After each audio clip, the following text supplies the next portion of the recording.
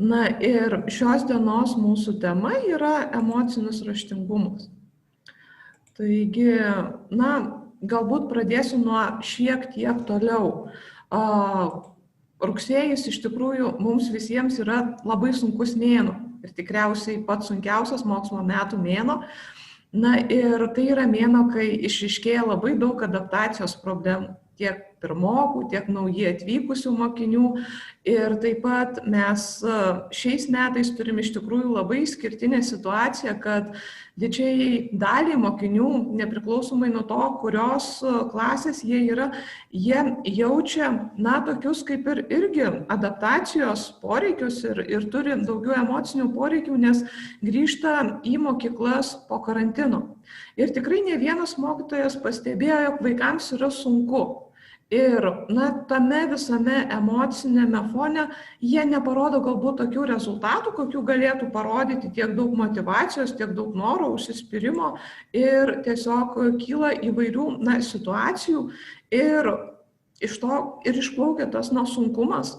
Ir mokytojai tampa lygiai taip pat sunku kalbėti apie jausmus, kalbėti apie emocijas, kalbėti apie emocinius poreikius, nes tiesiog ir mūsų kaip mokytojų tie poreikiai labai dažnai yra kažkur pamesti, na, nepatenkinami ar nepakankamai tenkinami.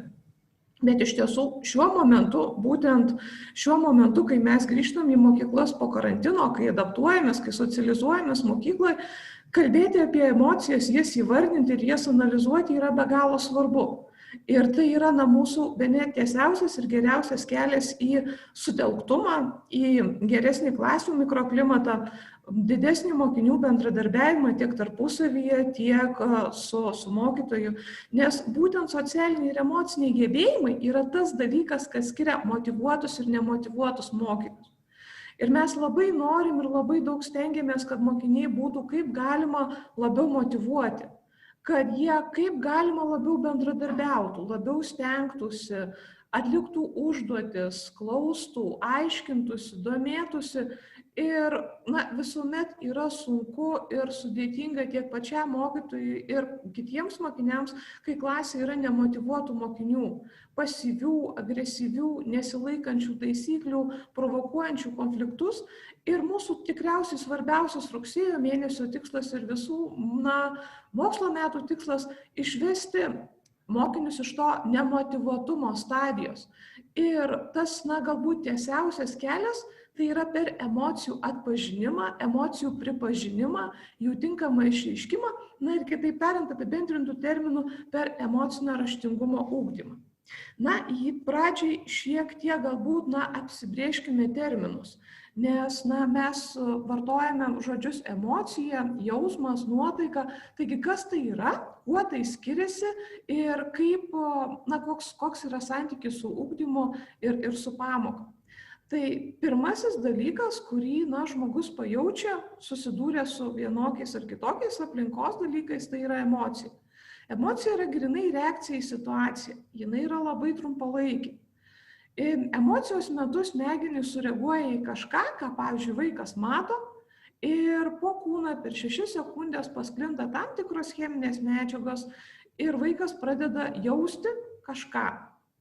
Ir tuomet jau tą būseną, kai vaikas analizuoja kognityviniam lygmenį savo tuos patyrimus ar tuos dalykus, kuriuos jisai išgyvena, mes vadinam jausmu. Jausmai jau yra prisotrinti kognityvinio turinio, tai yra vaikas galvoja kas, kaip, kodėl, interpretuoja, užstringa toj savo emocijoje, ją greitai išgyvena, nusiramina, bet, na, jausmai yra tai, kas vaikus verčia elgtis vienaip ar kitaip.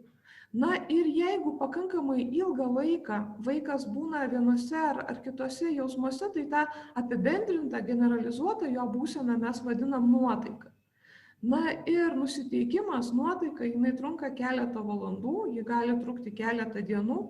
Ir, na, kaip tai iš tikrųjų yra pakankamai, na, svarbu diferencijuoti reaguojant į vaiko emocijas ir reaguojant į vaiko elgesį.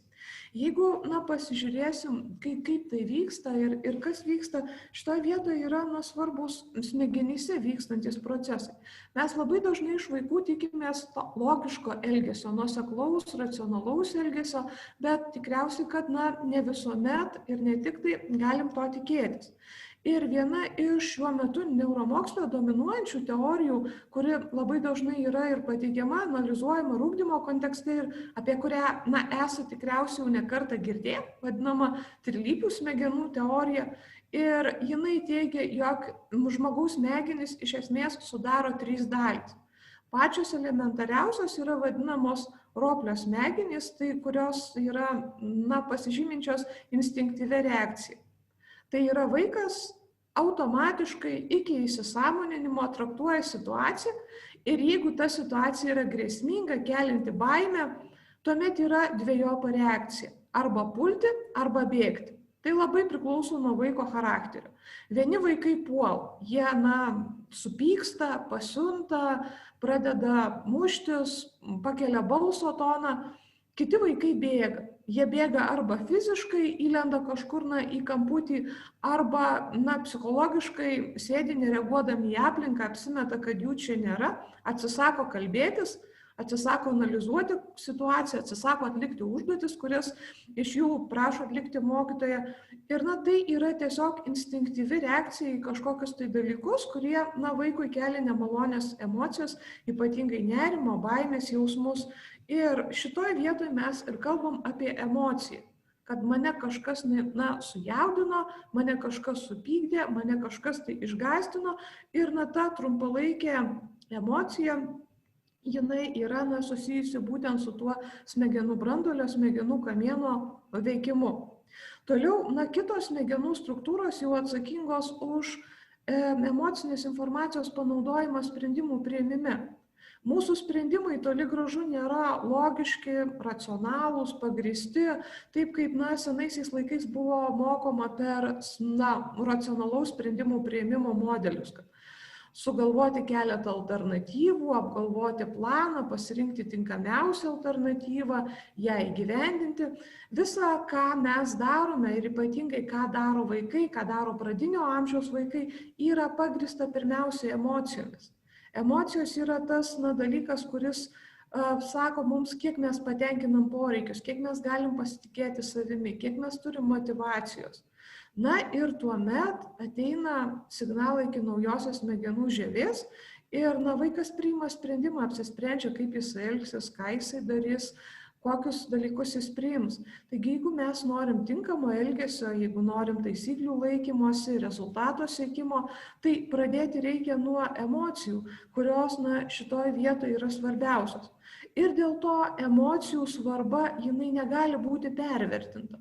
Labai dažnai, kalbėdami apie mokyklą, pamoką, mokymosi procesus, mes iškeliam tą kognityvinį arba žinių lygmenį ir žinių svarbą. Tačiau iš tikrųjų, kas slypi viso ko pagrinde ir kas skiria tą motyvuotą ir nemotyvuotą, pasiekiantį ar nepasiekiantį mokinį, tai yra būtent emocijos. Ir emocijų pagrindas, jisai yra biocheminis, tai yra hormonai. Hormonai, kurie yra kultūriškai universalūs ir būdingi kiekvienam vaikui, kiekvienam žmogui, nepriklausomai nuo lyties, rasės, tautybės, kitų skirtumų. Ir tiesiog tam tikros situacijos išprovokuoja tam tikrą emociją po žmogaus kūną, pasklinda tam tikros medžiagos, jisai pradeda jaustis tam tikrų būdų ir tuomet mūsų tikslas yra išmokyti vaiką, kaip tinkamai išreikšti tą savo emociją. Nes, pavyzdžiui, kas nors supykdė ir po visą kūną pasklinda noradrenalinas kaip hormonas ir ką tu su tuo darai. Pats pyktis kaip emocija, jinai nėra nei gera, nei bloga. Tai kaip mes išmokome vaikus reikšti pyktį, ten jau galima pradėti kalbėti ir vertinimais, ar tai yra gerai, ar tai yra blogai. Ir būtent tai ir yra emocinio raštingumo ugdymas. Ir emocinio raštingumo ugdymas, jisai nėra savaiminis. Jisai yra labai tikslingas, labai nuoseklus procesas, kuris prasideda nuo pat vaiko gimimo. Ir ta svarbiausia emocinė raida, kuri vyksta, jinai ir vyksta nuo gimimo iki 5-6 metų, tai yra iki vaiko atėjimo į priešmokyklinį pradinį ugdymą. Kūdikiai, jie pastebi emocijas. Ir yra labai sunku tyrinėti ir konkrečiai nustatyti, kiek jie gali, nes jie nekalba, neparodo ir tiesiog stebėjimo būdu ar provokuodami kūdikių reakcijas į vienus ar kitus dirgiklius mes galime nuspėti. Kūdikių veide be abejonės atsispindi džiaugsmas, baimė ir pyktis kaip emocijos. Ir kai jie stebi suaugusius žmonės, stebi savo tėvus, artimuosius, mes matom, kad jie mėgdžioja ir tai, kas atsispindi suaugusio žmogaus veide, greitai atsispindės ir kūdikio veide. Taigi nėra jokios abejonės, kad kūdikiai išmoksta pastebėti suaugusiųjų emocijas ir jas išreiškia ir patys. Kas yra svarbu ir kas lemia vaiko emocinę raidą? Pirmiausiai, aplinka turi būti saugi ir nuosekli. Nepatenkinti poreikiai, nenuoseklumas, tėvų emocinės reakcijos stiprios, visi tie dalykai, kurie skatina tokį bazinį nepasitikėjimą kūdikystėje, jie sužeidžia ir pakenkia vaiko emociniai raidai. Tuo tarpu, kai kūdikis jaučia kito žmogaus buvimo, ir ta aplinka jam atrodo nuosekli ir jo poreikiai yra tenkinami, tai yra tikriausiai svarbiausias pagrindas emociniai raidai, emociniai brandai ir pasitikėjimui vėliau gyvenime. Kas yra svarbu taip pat kūdikystėje, tai pastebėti, koks elgesys padeda kūdikiui nusiraminti. Vienam tai gali būti nykščio čiulpimas, kitam įsikibimas į antklodę, trečiam kažkokio žaisliuko lietimas ar judinimas, ar kažkokie specifiniai judesiai, bet pajautę, kada kūdikis nusiramina pats, be suaugusių pagalbos, ką jis darydamas nusiramina, mes galim padėti išsiugdyti tuos bazinius įgūdžius nusiraminimo, nurimimo, kai vaikas verkia, vaikas bijo arba vaikas pyksta. Ir taip pat, kas yra svarbu šiam amžiaus tarpsnyje, tai yra pastebėta, jog vaikai modeliuoja suaugusių žmonių emocijas. Ir jeigu suaugęs žmogus šypsosi ir tiesiog išreiškia verbaliai, kad tai yra džiaugsmas, arba būdamas ramus sako, kad tai yra ramybė, yra pastebėtas teigiamas poveikis, kad vėliau vaikai užaugę, būdami jauna pradinukais, jie kur kas greičiau susieja emocinę išraišką veide su jausmu, jausmo užvardinimu, jausmo išsakymu. 2-3 metais vaikas jau sugeba išreikšti savo emocijas. Ir problema yra ta, kad tokio amžiaus vaikai natūraliai neskiria sveiko ar nesveiko emocijų reiškimo. Taigi labai dažnai pasitaiko tie vadinami isterijos priepuoliai arba labai stiprus ir netinkamas emocijų išreiškimas pykčiu, agresija, nepriimtinais būdais. Ir tiesiog vaikas neturi iš prigimties tam tikro supratimo, kaip yra tinkama ar netinkama reikšti emocijas. Ir tai yra tas laikas, kai vaikas turėtų tai išmokti. Kas yra svarbu, suaugusiojo ramybė ir tvirtumas. Jeigu vaikui reiškiant netinkamais būdais pyktį, suaugęs žmogus taip pat pradeda netinkamais būdais tą pyktį reikšti, tai vaikas niekuomet ir nesupras, kad netinkamas būdas yra netinkamas būdas. Kita vertus, jeigu suaugęs reaguoja ramiai ir tvirtai, išsako, ką vaikas turėtų daryti, kaip jisai turėtų nusiraminti, tai yra pirmiausiai elgesio modelis, ką aš turėčiau daryti supykęs, kaip man reikėtų elgtis. Tokiose situacijose, kai kyla stiprus neigiami jausmai, pykčio, baimės, įsiūčio, priešiškumo. Kas dar yra svarbu 2-3 metų vaikams, tai yra pagalba įvardinant emocijas. Jeigu vaiką paliksim vieną su jo emocijomis, niekuomet savarankiškai neįsivardins savo emocijos, nepasisakys, kaip jis jaučiasi, bet jeigu suaugęs sako, aš matau, kad tu bijai, aš matau, kad tu piktas, aš matau, kad tu liūdnas, taip pat ir aš matau, kad tu ramus, aš matau, kad tu džiaugiesi, aš matau, kad tu patenkintas, tai tuomet tie emocijų žodžiai, emocijų pavadinimai tampa natūrali vaiko žodyno dalis ir tai yra nuostabu, jeigu 2-3 metų vaikas pats savarankiškai pradeda vartoti emocijų žodžius. Ir taip pat yra svarbu paaiškinti, kada, aš matau, kad tu užsigavai, dėl to tu, esi nusiminęs, aš matau, kad tu negavai žaisliuko iš sesės, dėl to tu esi piktas. Kad vaikas pradėtų suprasti, jog tam tikros emocijos yra reakcija į kažkokią situaciją, ir ta reakcija yra nei gera, nei bloga, jinai yra tiesiog reakcija. Ir dar vienas svarbus dalykas yra paskatinimas už sveikai išreikštas emocijas. Labai dažnai problema kyla tuomet, kai vaikas girdi tik ne, negalima, nedaryk, nereikia, liaukis. Ir tuomet jisai nesupranta, kas yra gerai ir ką jisai turėtų daryti gerai. Kiekvienas vaikas, net jeigu jisai turi ir pakankamai daug sunkumų išreikšdamas savo jausmus, jisai kažkada vis tiek padaro gerai. Ir kai jisai yra paskatinamas ir pasakoma, kad tu labai puikiai išsėdėjai, tu labai puikiai susikaupiai, tu labai puikiai susitvardėjai, tai tuomet vaikui tai yra svarbu, nes kiekvienas vaikas, net jeigu jisai turi ir labai didelį polinkį reikšti emocijas nesveikais būdais, jis nori būti džiaugsmo priežastis savo mamai ir tėčiui, savo broliui ir sesei ir kitiems suaugusiems. Ir visi vaikai džiaugiasi, kai juos giria, nepriklausomai nuo to, ar jie tai parodo, ar tai neparodo ir kaip jie parodo. Ir ateina 4-5 metų amžius, kai vaikai pradeda valdyti savo emocijas. Ir labai dažnai ta pagrindinė mokykla, kurioje vaikai išmoksta emocijų valdymo, tai yra darželyje, santykyje su savo grupės vaikais. Ir čia iš tėvų, kaip tokių pagrindinių emocinės raidos skatintojų, tą vaidmenį perima auklėtojai. Ir kas yra svarbu, 4-5 metų vaiką jau galima mokyti nusiraminimo strategijų, jeigu jisai netinkamai reiškia savo jausmus. Ir daugiausiai tų situacijų ir būna dėl netinkamo jausmų reiškimo. Ir nėra universaliai tinkančių strategijų kiekvienam vaikui. Vienam vaikui galbūt labai tinka strategija atsisėsti nusiraminimo kampelyje ir pasėdėti ramiai. Kitam vaikui galbūt tinka strategija išminkyti kažką iš molio.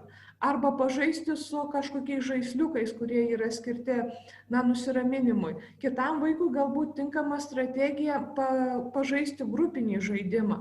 Ir tiesiog jų yra labai daug, nuo tiesiog kažkokios muzikos, žaisliukų, pasakėlių, sėdėjimo kampelių.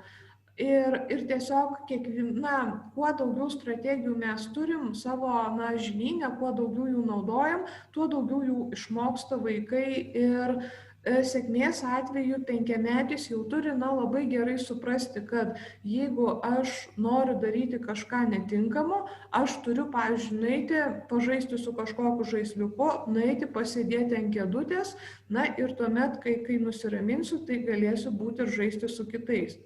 Kas yra dar labai svarbu, tai yra realistiški lūkesčiai.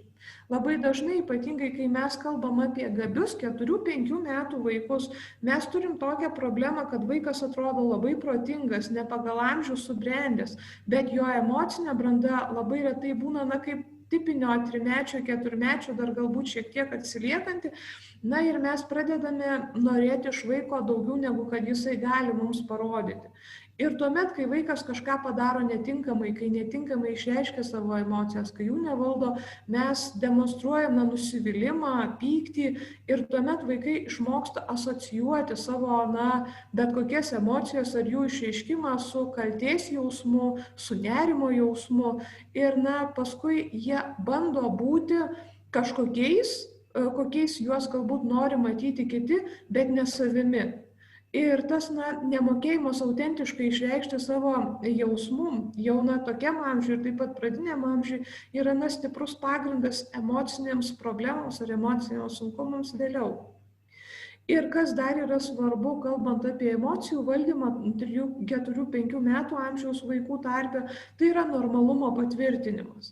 Labai dažnai būna, jog auklėtojai darželiuose, priešmokyklinio ugdymo grupėse stebi kad vaikas nebūtų liūdnas, kad nebūtų piktas ir sako, jam nėra čia ko liūdėti, nėra čia ko pykti, nėra čia ko piešti piešinius tamsiomis spalvomis, pavyzdžiui, tamsiai mėlyna arba juoda spalva, reikia viską piešti spalvotai, būti linksmam, stengtis, bet iš tikrųjų visos emocijos yra geros, nėra gerų ar blogų emocijų.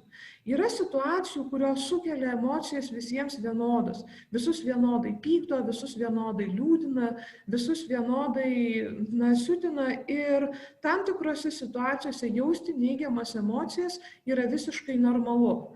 Nenormalu yra, jeigu mes jas išreiškim tokiu būdu, kuris žeidžia ar skaudina aplinkui esančius žmonės, tiek grupės ar klasės draugus, tiek mokytojus. Na ir pakalbėjus apie tą normalią, sveiką emocijų raidą, paanalizuokim, kodėl kyla sunkumai, kodėl kyla vadinami tie emocijų ir elgesio sutrikimai arba emocijų ir elgesio sunkumai. Tai kaip minėjau, niekuomet nebūna taip, kad emocijų raida būtų savaiminė. Tam, kad vaikas pasiektų tuos tikslus, kurie yra išrašyti šioje skaidrėje, tai yra, kad būdamas 5-6 metų jis jau gebėtų valdyti savo emocijos, suaugę žmonės, tiek tėvai, tiek iki mokyklinio ir priešmokyklinio ugdymo specialistai turi tikrai labai daug ir kryptingai dirbti. Kas būna, jeigu to nėra? Na ir tas juodžiausias ir blogiausias scenarijus, kuris iki paauglystės nuveda į emocijų ir elgesio sunkumus, prasideda tuo met, kai vaikui dar esant nuo kūdikystėje iki 3 metų amžiaus, jisai yra atstumiamas ir ignoruojamas tuo met, kai jisai bando parodyti savo emociją. Kai jisai išreiškia savo emociją, ypatingai stiprią emociją ir iš suaugusiųjų gauna ignoravimą, gauna baudimą už tai, kaip jisai jaučiasi ir kai jisai jau paauga ir pradeda suprasti kalbą, pradeda pats kalbėti, jisai labai dažnai jaučia, kad tie jo emociniai išgyvenimai yra nereikšmingi, kad jie yra vaikiški, kad jie yra menkaverčiai. Pavyzdžiui, tu jau toks didelis berniukas, o verki, tu neturėtum būti liūdnas, nėra čia ko pykti. Ir tiesiog vaikui vystosi toks supratimas, kad, mano emocinė patirtis yra neadekvati, jinai yra netinkama, jinai yra nukrypusi ir aš esu pats, kažkoks kitoks negu kad visi kiti normalūs vaikai. Ir, tai yra tikriausiai pagrindinis kelias į nepasitikėjimą savimi. Nes stebėdamas tėvų reakcijas, vaikas kuo labiau auga, tuo labiau įsitikina, kad jisai nesugeba normaliai apibrėžti savo patirties. Traktuodami vieną ar kitą situaciją, visi kiti vaikai elgiasi normaliai, tik tai aš vienas esu nenormalus, nes aš apsiverkiu, aš supykstu, aš trenkiu į sieną arba aš spiriu kažkam. Tai vadinasi, kažkas tai su manim yra iš esmės negerai. Kas tuomet įvyksta, vaikas nori ir stengiasi nuslopinti savo emocijas. Ir tai yra priešinga kryptis negu tų emocijų kontroliavimas. Tam, kad vaikas sugebėtų kontroliuoti savo emocijas, reguliuoti, jisai turi jas priimti, jas įvardinti. Emocijos įvardinimas yra pirmas ir svarbiausias žingsnis jo kontroliavimo link. Tuo tarpu šiuo atveju vaikas nesistengia emocijos įvardinti, jis nori ją nuslopinti. Ir su emocijom yra taip, kad kuo labiau mes slopiname emociją, tuo labiau jinai įsitvirtina mūsų psichikoje ir turi poveikį, pėdsakus. Ir netgi labai dažnai būna toksai fiziologinis pojūtis, tarsi kažkas tai plėstųsi viduj, augtų ir tiesiog, iš vidaus kaip ir plėštų ir labai dažnai tai sukelia tokius kaip ir, isterijos priepuolius. Vaikas save slopina, galų galiai jisai jau nebegali, tos emocijos prasiveržia, jisai padaro kažką drastiško, netinkamo, kažką užpuola, jį tenka fiziškai sulaikyti ir suvaldyti, ta situacija praeina, tas priepuolis praeina ir vaikas nereflektuoja. Jisai galvoja, kaip aš blogai pasielgiau, aš neturėčiau taip elgtis ateityje ir aš taip nebedarysiu ir aš padarysiu viską, kad taip nebeįvyktų, ir tada vaikas vėl bando slopinti savo emocijas visokiais būdais, kokias jisai tik tai žino tam emocijų nuslopinimui, ir tas emocijų slopinimas, jisai vėl veda prie sekančio isterijos priepuolio, kuris gali pasireikšti verkimu, daiktų gadinimu, kitų žmonių skaudinimu ir panašiai. Ir svarbiausia yra tai, kad vaikas neišmoksta suprasti, kaip jisai jaučiasi. Ir neišmoksta valdyti savo jausmus, išreikšdamas juos tinkamais būdais. Tokiam vaikui atrodo, kad jausmai yra našta, prakeiksmas tam tikras, ir kad kiti žmonės neturi tokių jausmų, kokius aš turiu, ir jie yra normalūs, bet aš esu kažkoks nenormalus, nes aš turiu jausmus. Ir, tai ir yra pagrindas visų elgesio sutrikimų, tiek tų vadinamų eksternalizuotų, kaip, pavyzdžiui, agresija, netinkamas elgesys, su socialiniam normom prasilenkiantis elgesys, taisyklių nesilaikymas, tiek kaip tik į vidų, į save nukreiptiems sunkumams, kaip nerimo spektro sunkumai, depresijos ir psichosomatiniai įvairūs sutrikimai. Skirtumas yra tik tai tame, ar vaikas labiau kankinasi viduje, ar jisai sukelia daugiau problemų esantiem aplinkui savo netinkamų elgesį. Bet tol, kol vaikas savo tikruosius jausmus laiko socialiai nepriimtinų dalykų ir bando demonstruoti reikiamus jausmus, jisai yra didžiuliai rizikoje emocijų ir elgesio sunkumų ir tikriausiai dažniausiai juos patiria. Tokia, kaip ir išvada, kuogi skirtųsi ta, sakykime, sveika emocijų raida ir, ta, nesveika į sunkumus ar sutrikimus vedanti emocijų raida, tai yra, kiek mes išmokome vaiką įvardinti savo emociją, tuo pačiu ją pripažinti, priimti ir kontroliuoti. Ir sėkmės atveju pradinukas turėtų demonstruoti tos bazinius pagrindinius emocinio intelekto gebėjimus. Tai yra suvokti savo ar kitų žmonių emocijas, atpažinti jas veiduose, gebėti jas įvardinti, panaudoti su emocijomis susijusią informaciją, suprasti emocijų priežastis, jų kaitą, jų pasekmes, suvaldyti savo emociją, ir jeigu matai, kad šalia esančiam žmogui reikia pagalbos, jisai liūdnas, jis netinkamai elgiasi, padėti kitam žmogui suvaldyti savasias emocijas. Tačiau, šis 4 gebėjimų rinkinys labai dažnai būna sudėtingas ar per sudėtingas pradinukams, pradinio ugdymo programos mokiniams, ir nuo ko reikėtų pradėti ugdyti emocinį intelektą, arba galbūt labai dažnu atveju nuo ko reikėtų pradėti kelionę nuo emocinių sunkumų iki emocinės brandos, tai ir yra būtent emocinio raštingumo ugdymas. Emocinis raštingumas apibrėžiamas kaip gebėjimas atpažinti, suprasti ir valdyti, bei tinkamai išreikšti savo emocijas, o kartu suprasti ir tinkamai reaguoti į kitų žmonių emocijas. Ir tai yra 3 žingsneliai. Pirmiausia, atpažinti, tai yra įvardinti, kaip aš jaučiuosi žodžiais, įvardinti savo jausmą. Ir vaikams, kurie turi sunkumų, tai yra pati sunkiausia dalis. Tie vaikai, kurie nuolat pakliūna į incidentus, nesilaiko mokinio elgesio taisyklės, yra nukreipiami pas psichologus profesionaliai pagalbai, dėja labai dažnai žino tik tai 3 jausmus, kurie vadinasi gerai, blogai ir normaliai. Tai tas konkretus emocijos įvardinimas, emociją reiškiančio žodžio panaudojimas yra pirmasis ir svarbiausias emocinio raštingumo komponentas. Antrasis žingsnis yra pripažinti, tai yra prisipažinti savo, kad aš jaučiuosi būtent taip. Ir labai dažnai mūsų kultūroje tai būna taip pat labai sunku. Kiek vaikų girdėję, pavyzdžiui, berniukai, kad nesielk kaip mergaitė, nėra čia ko pykti, nėra čia ko nusiminti.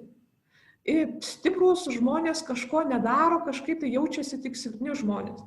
Tai pripažinti savo, kad aš jaučiuosi taip, kaip jaučiuosi šitoj situacijoje, labai dažnai būna iššūkis tiek vaikui, tiek suaugusiam. Ir paskutinis žingsnis tai yra patvirtinti, validuoti, kad šitoj situacijoje, šitomis aplinkybėmis, šitoje vietoje šitaip jaustis yra normalu. Ir čia nėra nieko gėdingo, čia yra nieko dėl ko aš turėčiau nerimauti ar jaustis neužtikrinta savimi. Tam tikros situacijos provokuoja bejėgiškumo jausmus, pykčio jausmus, nerimo jausmus ir tai yra visiškai suprantama ir priimtina. Ir reikia ne emociją slopinti, ne ją kažkaip varžyti, bet ją analizuoti ir išreikšti tinkamais būdais. Kas yra svarbu, kalbant apie nuotaikas, tai kad mūsų visų jausmai, kuriuos mes patiriam, kuriuos galbūt nulemia gyvenimo aplinkybės, jos turi fiziologinį komponentą ir tai yra nepaneigiama. Ir pirmiausiai, tikriausiai reakcijos, emocinės reakcijos, jos ir išplaukia iš to fiziologinio pagrindo. Ir čia matom paveikslėlį, kaip skiriasi žmogaus kūno temperatūra, priklausomai nuo to, kokia yra jo nuotaika. Ir, pavyzdžiui, depresija jinai yra susijusi su šalčiu, su šalčio, su sąstingio būsena, tuo tarpu meilė priešingai su šiluma, su energijos pliūpsniais ar triškimu, energija. Ir vienas netgi iš metodų emocijų reguliavimui yra tam tikros specialios medžiagos, kurios prisilietusios prie kūno keičia spalvą priklausomai nuo kūno temperatūros. Ir šiuo atveju yra žiedas, taip pat yra pakabukai, įvairūs lipdukai ir jie labai dažnai tiek suaugusiems, tiek vaikams padeda įsivardinti, kokį jausmą aš jaučiu, ką aš išgyvenu, kokia yra mano būsena. Ir kartais jie padeda tiems vaikams, kuriem yra labai sunku parinkti tinkamą žodį, susigaudyti, kaip jie jaučiasi, tiesiog pasižiūrėję į savo tam tikro lipduko arba žiedo arba pakabuko spalvą, jie gali tiesiog gauti tą biogrįžtamą ryšį.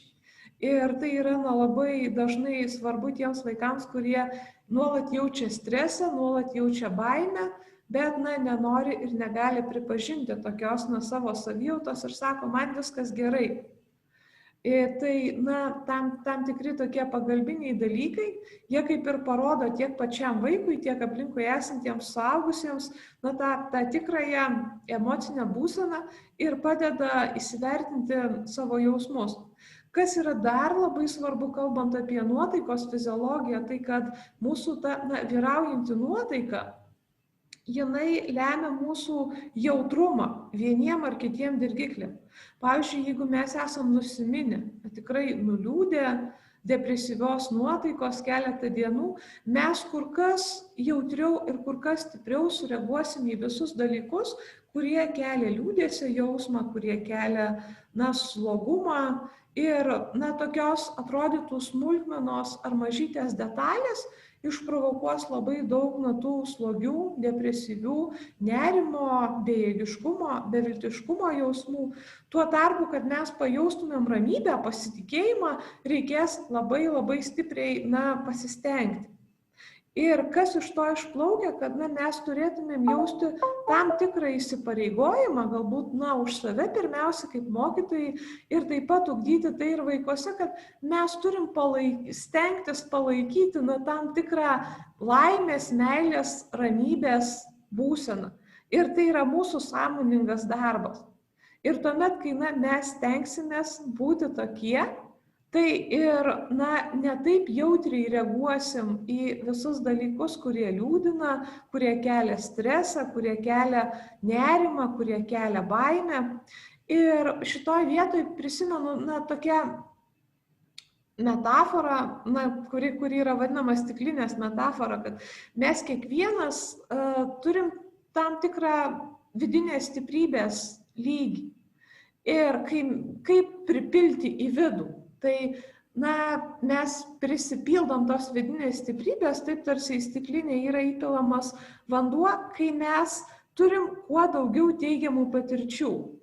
Kartais tos teigiamos patirtys gali būti labai dirbtinos. Pavyzdžiui, paskaityti anekdotų skyrelį, pažiūrėti komediją, paklausyti mėgstamos muzikos, pasivaikščioti, pabėgioti, užsiimti savo kažkokiu tai hobį.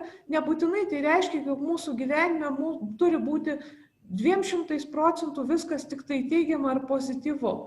Bet mes tiesiog surandam progą kiekvieną dieną pasijausti laimingi dėl kažko ir už kažką padėkoti.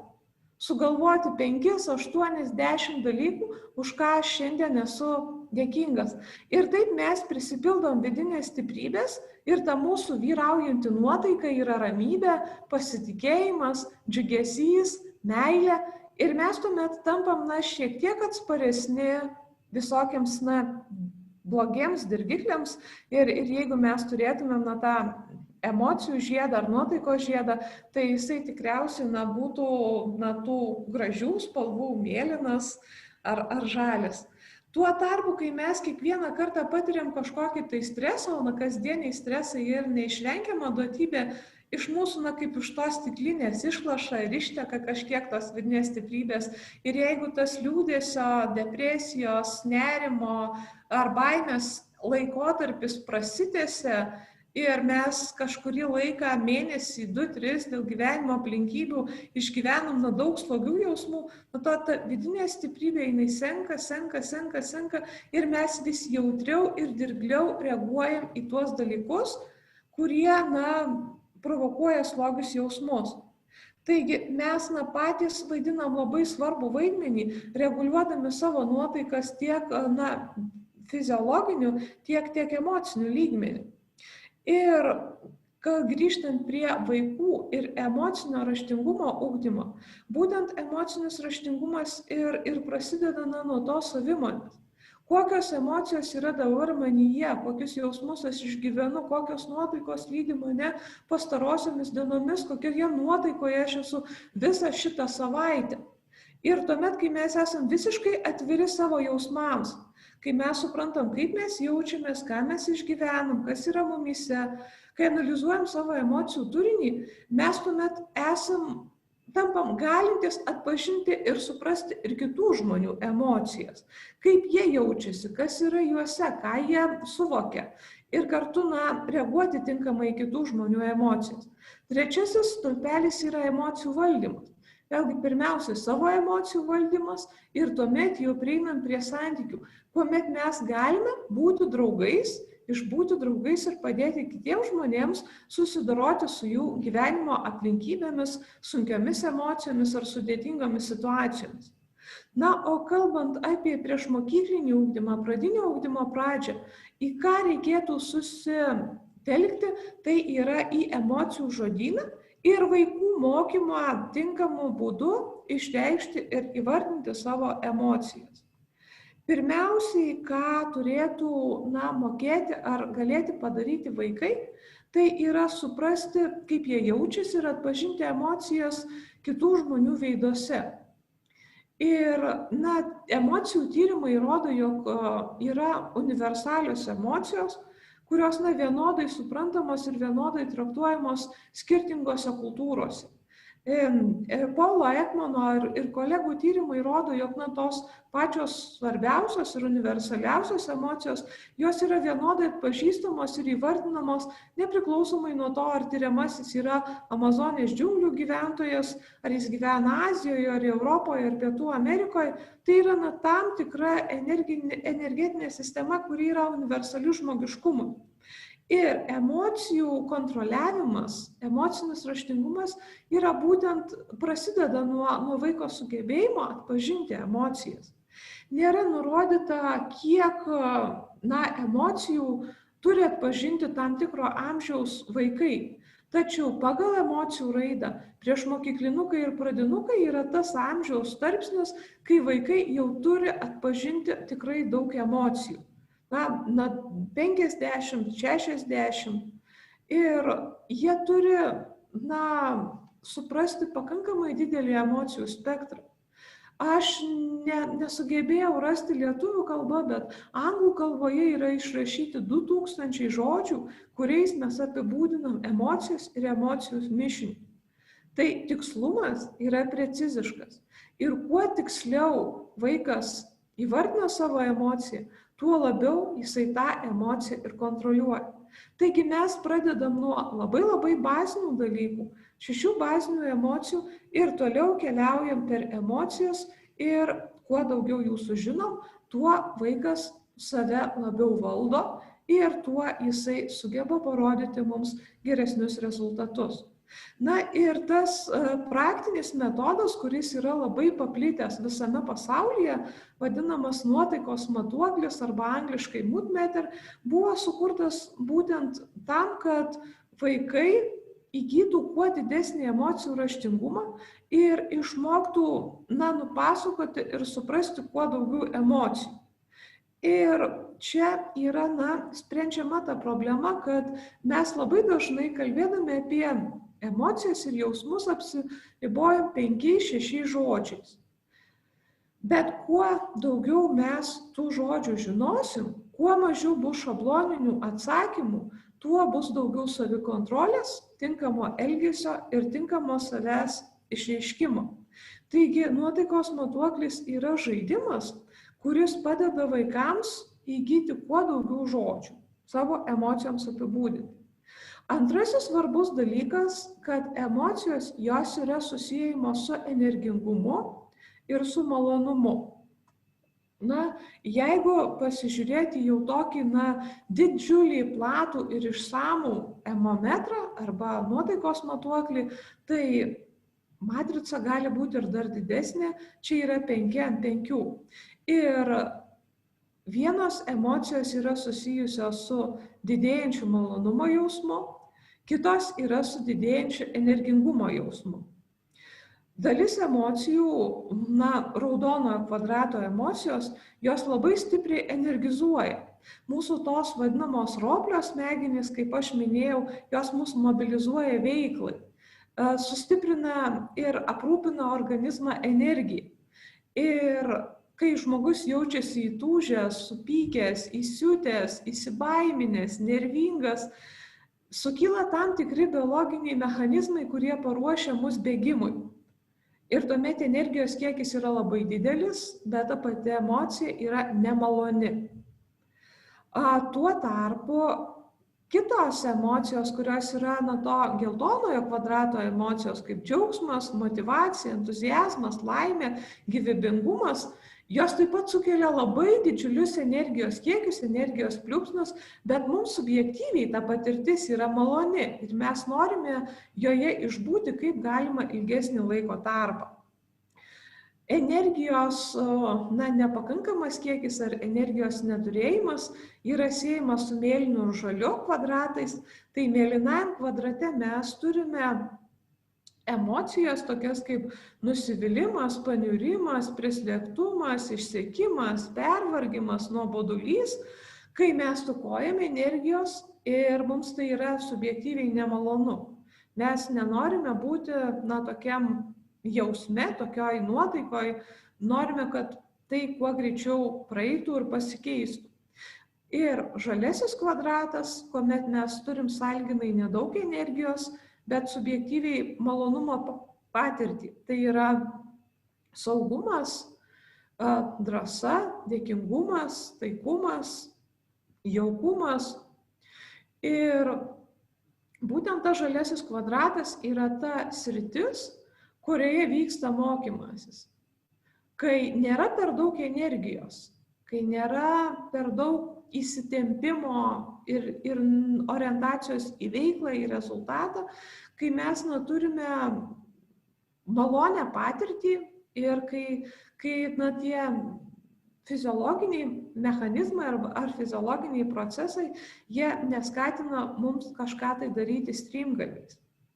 Ir kalbant apie tai su vaikais, iš tikrųjų yra svarbu akcentuoti, jog mes galim valdyti savo nusiteikimą.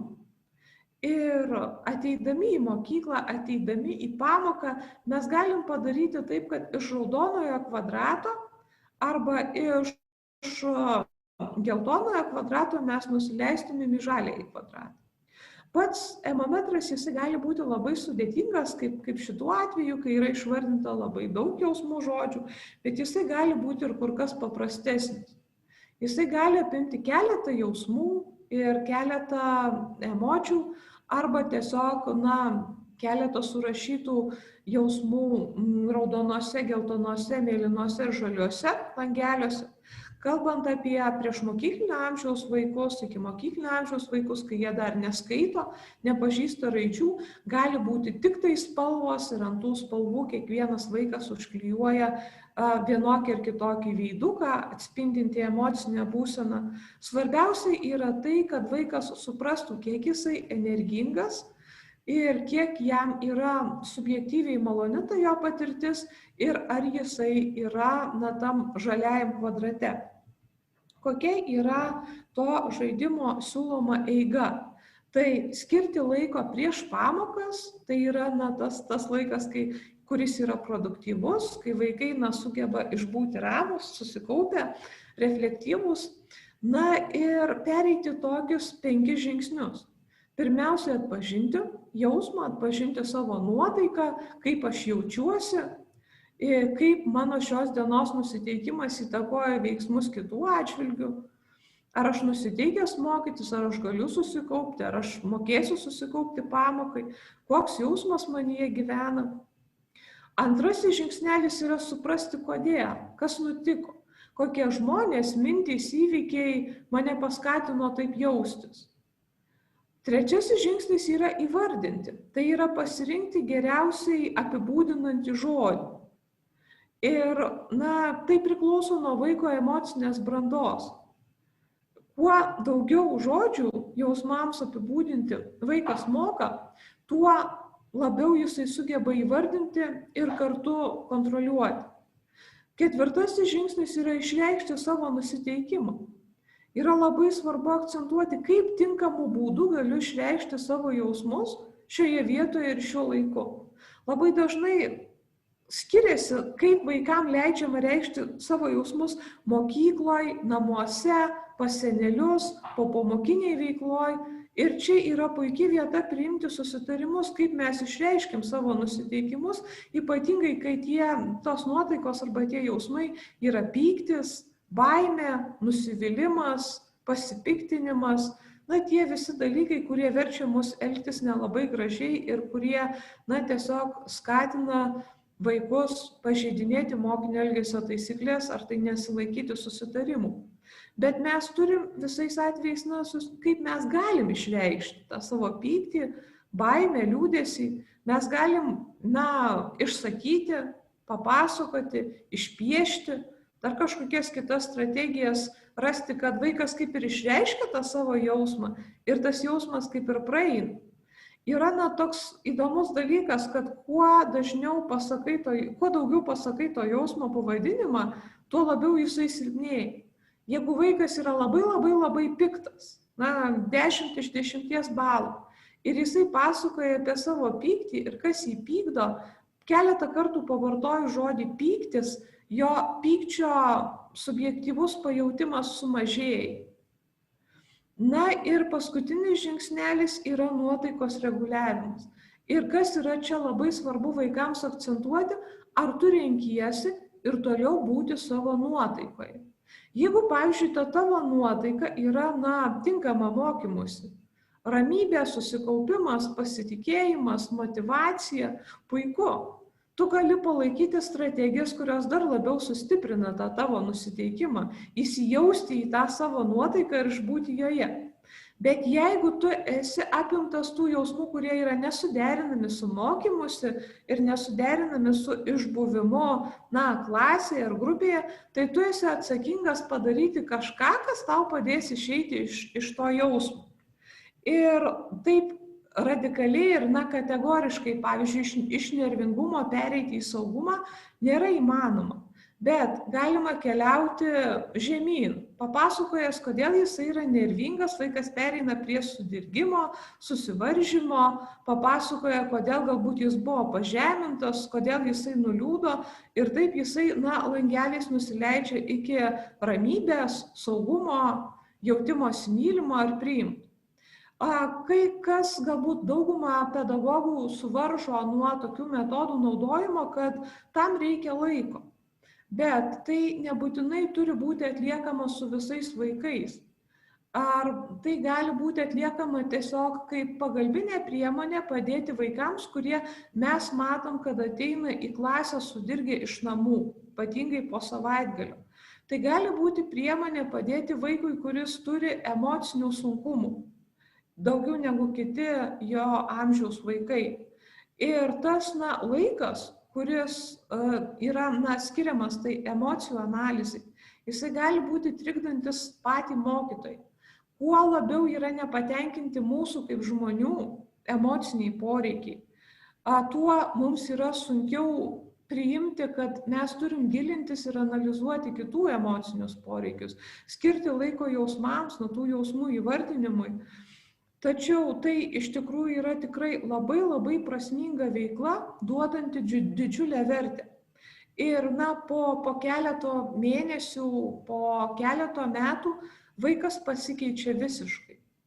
Ir tos, sakykime, problemos, kurios buvo galbūt išreikštos iki sutrikiminio lygmens, nenormos lygmens, kad jų vaikas buvo kaip ir psichikos sveikatos ir tie specialistų paslaugų gavėjas, po truputį, po žingsnelį, mažai žingsneliais analizuodamas savo emocijas, jisai iš tikrųjų įveikia sunkumus, išsiugdo emocinį raštingumą ir sugeba valdyti tiek savo, tiek kitų žmonių jausmus.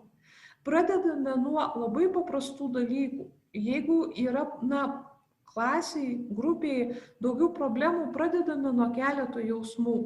Išsiaiškiname, kaip, kodėl, kokie žmonės jaučia vienus ar kitus jausmus. Ir tuomet tas emocijų spektras, jausminių žodžių kiekis po truputėlį, žingsnelis po žingsnelio didėja. Ir, kas yra svarbu, kad didėjant tam skaičiui jausmų, vaikas suprastų. Dauguma vaikų puikiai žino, kas yra piktas, dauguma vaikų puikiai žino, kas yra liūdnas arba kas yra ramus, tačiau jeigu mes pereisim prie sudėtingesnių matricų, tai kas yra sudirgęs, kuo tai skiriasi nuo suvaržytas arba pavargęs, labai dažnai nėra aišku. Kas padeda šituo atveju, tai naujų emocijų ir naujų emocinių žodžių įvedimas su tam tikra istorija. Ir mes čia galim pritaikyti jau žinomus metodus, kaip daugumoje mokyklų tikriausiai yra paplitę žaislas keliauninkas, kai tiesiog vaikas parsineša kažkokį tai žaislą arba namuose kažkokį žaislą turi ir sukuria istoriją, ką tas žaislas patyrė ir kokį jausmą jam tai sukėlė. Taip pat yra naudojamos istorijos apie gyvūnus, kaip pavyzdžiui zuikutis arba vėžliukas patyrė kažkokį tai nutikimą ir tai jam sukėlė vienokias ar kitokias emocijas. Kai yra pasakojamos istorijos arba vaikai sugeba patys kurti ir papasakoti istorijas ir analizuoti, kaip tų istorijų personažai išgyvena, patiria vienokius ar kitokius jausmus, kaip tie jausmai skatina reaguoti ir ką tie personažai daro, kad jų tos emocinės patirtys būtų išreikštos tinkamais būdais, yra skatinamas vaikų kūrybiškumas ir vaikai tai priima iš tiesų kaip labai prasmingą, tinkamą ir aktualų turinį. Ir net ir pasirinkus patį destruktyviausią mokinį, kuris nuolat pakliūna į įvairias situacijas ir labai netinkamai reiškia jausmus, kiekvienas toks mokinys labai nori būti geras. Jis labai yra motyvuotas tinkamai reikšti save, laikyti susitarimų, bet jam tiesiog nepavyksta. Kuo daugiau emocinio raštingumo, kuo daugiau mokėjimo įsivardinti savo jausmus, tuo daugiau galimybių kiekvienam vaikui jausti sėkmingu ir tinkamai išreikšti save tiek mokymosi, tiek bet kokiuose kitose jo gyvenimo